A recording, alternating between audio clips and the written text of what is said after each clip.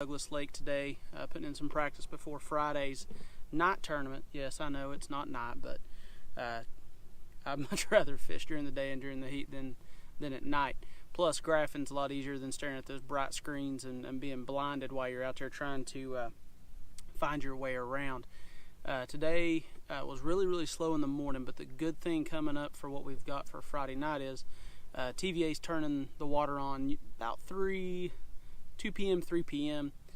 In the afternoons, and they're cranking it up for electricity usage in the afternoons around the area. So we're going to have a lot more flow going through Douglas that evening, at least until 10. I think most of the time they're showing 2 generators or more from about 3 o'clock until about 10 p.m. So we'll get started about 8 that night. You'll have some good flow running through, which Kelsey and I've talked about it. This lake isn't like other lakes on the Tennessee River that TVA controls. We're not talking about 50, 60,000.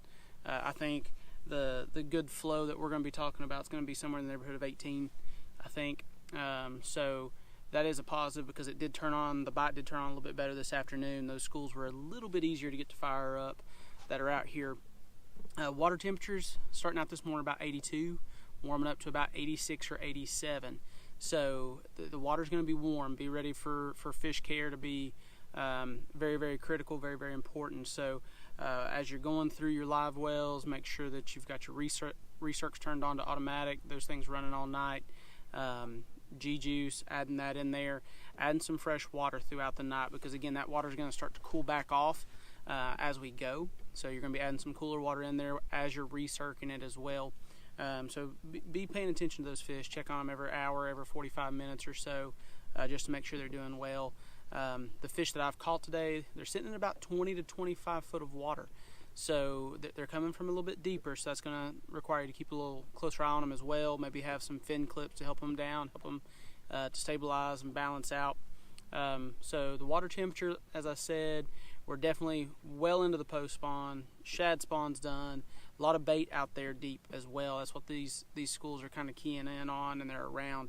The points and the humps that I've been looking at today, you're looking at a top about 20 foot and then breaking off 25 into 35 and even deeper. But again, that 20 to 30 range is a really good focus area. If you're not going to get a chance to get on the water, where to start looking. The key baits for me today have been, of course, the football jig, and then this Magnum shaky head has been really good here later on in the day. I did catch some fish on a crankbait on a 6XD in areas where I could get it down to them, and then also caught some fish on a swim bait as well.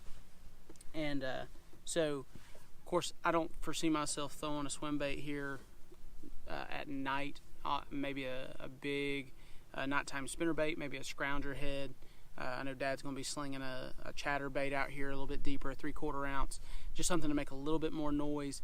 Those fish still feed at night. You know, they can see those even without the noise, so a swim bait might not be a bad deal. I may even sling around a little Kitech a little bit as well.